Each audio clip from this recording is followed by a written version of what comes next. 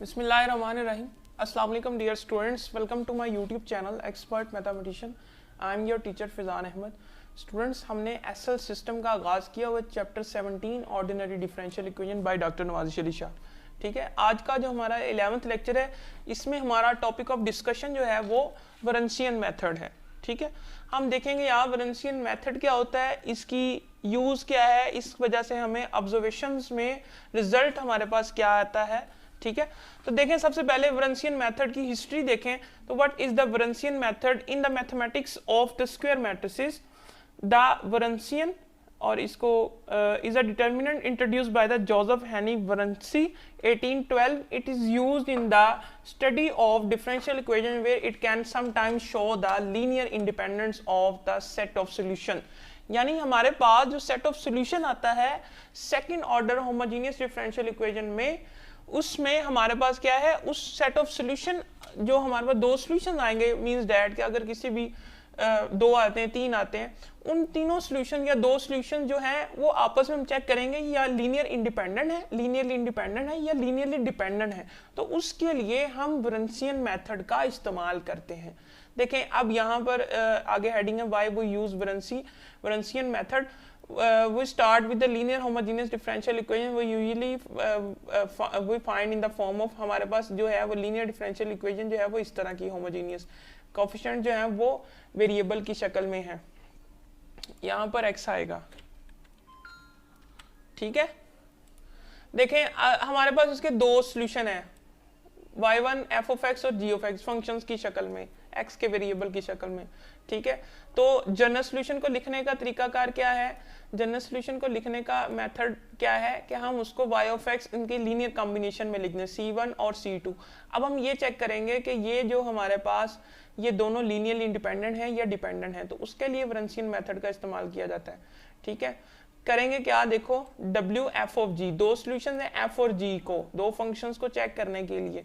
ठीक है, यहाँ पर f आ जाएगा, इसी तरह यहाँ g पहली रो में, और f का डेरिवेटिव फिर g का डेरिवेटिव. इसका डिटरमिनेंट आपको निकालना आता है f into G dash minus F dash into g. ठीक है, अगर हमारे पास ये w f and g not equal to 0 आता है, यानी कि इसका डिटरमिनेंट नॉन सिंगुलर आता है, तो which have two solutions, then we say that f and g are the fundamental set of solution. General solution we find in the form of that we plug the numerical value. अच्छा, अगर ये non zero आता है ना, तो which mean that कि ये linearly independent है. ठीक है, तो अगर जीरो आ जाएगा तो ये लीनियरली डिपेंड, यानी डिपेंड कर रहे हैं एक दूसरे पर, एक दूसरे के इफेक्ट को इन्होंने कैंसिल आउट किया, तो ये क्या है फिर लीनियरली डिपेंडेंट. यहाँ पर अगर इसका जवाब नॉन जीरो आता है तो ये लीनियरली इंडिपेंडेंट है. ठीक है, देखें आगे एक हमने डिफरेंशियल इक्वेशन ली, उसको कैरेक्टरिस्टिक फॉर्म को हमने लिखा, और फर्दर जब हमने इसके रूट्स निकाले तो 3 अब इसके दो सॉल्यूशन आएंगे, y1 और y2. y1 और y2 को हमारे पास दोनों सेम सॉल्यूशन आते हैं, e की पावर 3x, यहाँ भी e की पावर 3x, बट हम यहाँ x क्यों लगाते हैं, क्योंकि हम यहाँ पर इसको लीनियरली इंडिपेंडेंट बनाना चाहते हैं. ठीक है, जनरल सॉल्यूशन इसका ये हो जाएगा. जब आप इसको चेक करेंगे, यानी एक्चुअली जो रूट्स हमारे पास आए हैं वो इसी तरह के हैं, यहाँ पर x नहीं होना चाहिए, लेकिन अगर आप इसको चेक करें, अगर आपको इस तरह ही चेक करते हैं e की पावर 3x फिर e की पावर 3x के साथ, तो e की पावर 3x इसका डेरिवेटिव आ जाएगा 3e की पावर x. ठीक है, e की पावर 3x और ये भी इसका डेरिवेटिव. अब अगर इनको मल्टीप्लाई करके सॉल्व करें तो ये 0 आता है. तो इसको लीनियरली इंडिपेंडेंट से बचाने के लिए हम यहाँ दूसरे के साथ क्या लगा देते हैं, x लगा देते हैं, क्योंकि ये हमारे पास रूट्स क्या कर रहे हैं, रिपीट कर रहे हैं. तो रिपीटेड रूट्स में तो लिखने का स्टाइल तो वही है, लेकिन इसको लीनियरली इंडिपेंडेंट बनाने के लिए, लीनियरली डिपेंडेंट से बचाने के लिए हम यहाँ पर x लगा देते हैं, ताकि जनरल सॉल्यूशन में ये इस तरह आ जाए. ठीक है, तो इस वजह से तो एक्चुअल में ये जो सॉल्यूशंस हैं ये नॉट लीनियरली इंडिपेंडेंट हैं. जब हम इसको क्या करेंगे, लीनियरली इंडिपेंडेंट नहीं है, लीनियरली डिपेंडेंट होंगे. ठीक है, एक्चुअल में अगर रूट्स आते हैं ना, हमारे पास रूट्स क्या आते हैं, इक्वल आते हैं, तो हमारे पास ये वरेंशियन क्या शो करता है कि रूट्स हमारे पास, ये जो फंक्शंस आए हैं हमारे पास, सॉल्यूशन जो आए, ये दोनों सॉल्यूशंस लीनियरली इंडिपेंडेंट नहीं है, not linearly independent, linearly dependent है. ठीक है, तो उस हिसाब से हम इसको लीनियरली इंडिपेंडेंट बनाने के लिए दूसरे रूट के साथ, दूसरे फंक्शन के साथ x को मल्टीप्लाई करवाते हैं, ताकि जनरल सॉल्यूशन जो बनता है वो हमारे पास उसमें दोनों रूट्स, दोनों सॉल्यूशन जो है वो लीनियरली इंडिपेंडेंट हो जाए।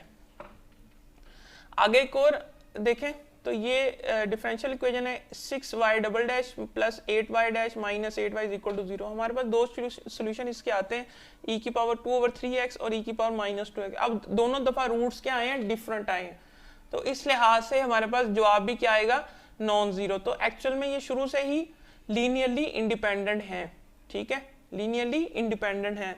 तो यहाँ पर हमें इसको चेंज करने की जरूरत नहीं है। यहाँ पर तो था ना कि अगर रूट्स इक्वल आते हैं तो हमारे पास दूसरे सॉल्यूशन के साथ हम x को मल्टीप्लाई करते हैं, ठीक है। अगर इसी तरह हमारे पास nth ऑर्डर की होमोजेनियस लीनियर डिफरेंशियल इक्वेशन हो तो उसका वरेंशियन कैसे फाइंड आउट किया जाता है। In simple term Wronskian is determined the set of functions and their derivatives when we talk about how does it ही actually look like to solve all through the Wronskian method itself fairly simple senior, ये सारी लिखा हुआ है, theory है, ठीक है। दरअसल मेरा बात करने का मकसद ये है कि अगर हमारे पास कोई nth ऑर्डर की डिफरेंशियल इक्वेशन हो तो उसमें nth सॉल्यूशन आएंगे, ठीक है। अब उन nth सॉल्यूशन को चेक करने के लिए हम क्या करते हैं, nth ऑर्डर का एक डिटरमिनेंट बना लेंगे। वो कैसे करेंगे कि फर्स्टली हम f ऑफ 1 है उसका एक दफा डेरिवेटिव लेंगे, 2 दफा, 3 दफा, इस तरह n दफा डेरिवेटिव लेंगे। जब हमारे पास 3 सॉल्यूशन होंगे हम उसका 3 दफा डेरिवेटिव निकालेंगे, ठीक है, क्योंकि 3/3 का हमने एक स्क्वायर मैट्रिक्स के हिसाब से लेना है, ठीक है, ठीक हो गया।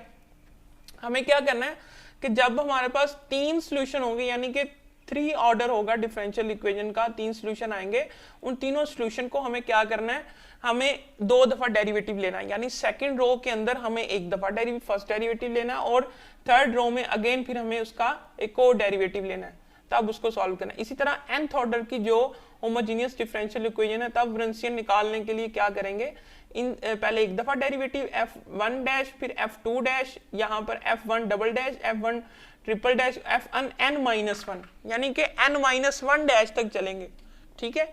n-1 क्यों लिया है, क्योंकि देखो पहले फंक्शन तो सिंपल आया था, तो टोटल इसमें रोज और कॉलम्स की तादाद n है, स्क्वायर मैट्रिक्स है, तो n-1 होगा, क्योंकि पहला तो सिंपल एक फंक्शन है, डेरिवेटिव कहां तक जाएगा, n-1 तक, ठीक है। और x हमारे पास किससे बिलोंग कर रहा है, ये हमारे पास आइडेंटिटी फंक्शन से बिलोंग कर रहा है, ठीक है।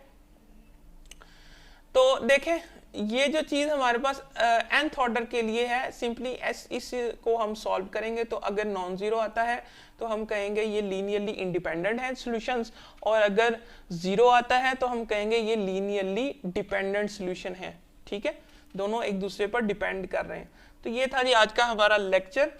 अगर आपको वीडियो अच्छी लगी हो तो लाइक करें, कमेंट करें, शेयर करें और चैनल को सब्सक्राइब करें और बेल आइकन को जरूर दबाएं ताकि आपको हमारी लेटेस्ट अपडेट और वीडियोस मिलती रहे। मिलते हैं अगली वीडियो में, तब तक के लिए मुझे इजाजत दें, अल्लाह हाफिज।